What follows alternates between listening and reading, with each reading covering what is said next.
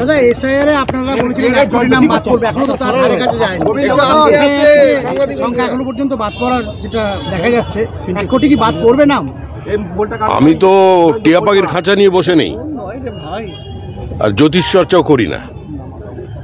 SIR এ মৃত ভোটারের নাম, ভুয়ো ভোটারের নাম, বাংলাদেশি অনুপ্রবেশকারীদের নাম বাদ দেওয়ার দায়িত্ব হচ্ছে নির্বাচন কমিশনের। নির্ভুল ভোটার তালিকা প্রস্তুত করার দায়িত্ব নির্বাচন কমিশনের। তারা খসড়া তালিকা বার করবেন 9 তারিখ, তারপরে এডিশন ডিলিশন শুরু হবে, তখন দেখা যাবে কি হয়।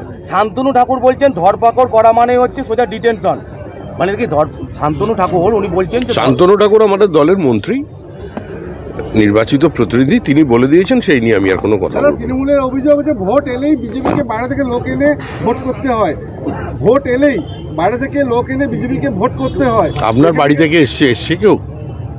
এখনো পর্যন্ত আপনার বাড়িতে কেউ চা খেতে গেছে বাইরের লোক? ভারতবর্ষের মানুষ ভারতবর্ষে থাকবে। কলকাতার লোকও বর্ধমানে আসবে, ঝাড়গ্রামের লোকও বর্ধমানে আসবে, আবার প্রয়োজন উত্তরপ্রদেশের লোকও বর্ধমানে আসবে। দেশটা তো এক।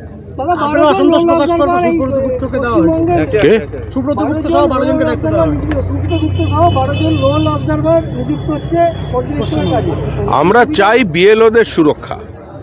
যেভাবে বিএলওদের তুলে নিয়ে গিয়ে পঞ্চায়েত অফিসে, তৃণমূল পার্টি অফিসে, ক্লাব ঘরে বসিয়ে জোর করে তাদের মিথ্যা এবং ভুল তথ্য আপলোড করাতে হচ্ছে, যেভাবে একজন বিএলওর স্বামীর ওপরে প্রাণঘাতী হামলা হয়েছে, যেভাবে বিএলওদের একটা সন্ত্রাসের আবহে কাজ করতে হচ্ছে, যেভাবে ডেটা আপলোড করবার জন্য রাজ্য সরকার সহযোগিতা করার প্রয়োজন ছিল সেটা করেনি, বিএলওদের ওপরে চাপ সৃষ্টি করা হচ্ছে।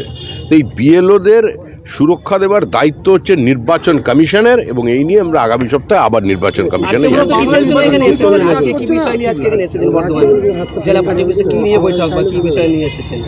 সেটা আপনাকে বলবো কেন?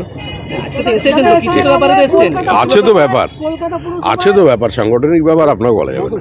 বলতে পারলে আমার ভালো লাগতো, কিন্তু বিশেষ করে বলতে পারছি। এখনো পর্যন্ত আপনাদের সাংগঠনিক ভাবে বর্ধমান জেলা অনেকটা দুর্বল, এখনো আপনার মনে এখনো আসলে তার মধ্যে এত গোষ্ঠী। আপনি কোথায় গোষ্ঠী দেখতে পেয়েছেন আমি জানি না, আপনি গোষ্ঠীর খবরটা প্রচার করে যান, আর দেখবেন তার পায়ের তলা থেকে বহু লোকের মাটি চলে গেছে, সুইপ করবে। দিলীপবাবুকে তো দেখা যাচ্ছে না, হ্যাঁ, দিলীপবাবুকে তো প্রচারের কথা দেখা যাচ্ছে। আপনি যদি খুঁজে না পান, আমি বাড়ির ঠিকানা দিচ্ছি, চলে যান।